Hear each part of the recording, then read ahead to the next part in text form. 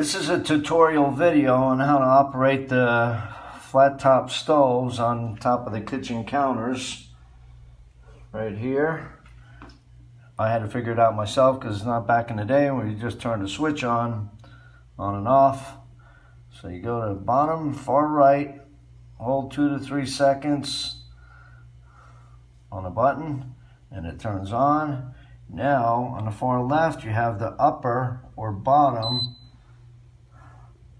which one you want to use, upper or bottom, and then you got a plus minus in the middle, so I can decide, as you see the numbers increasing, how hot that I want this to be. If I want to go lower, all right, go mid-range, I can go all the way down, it's 1 to 10.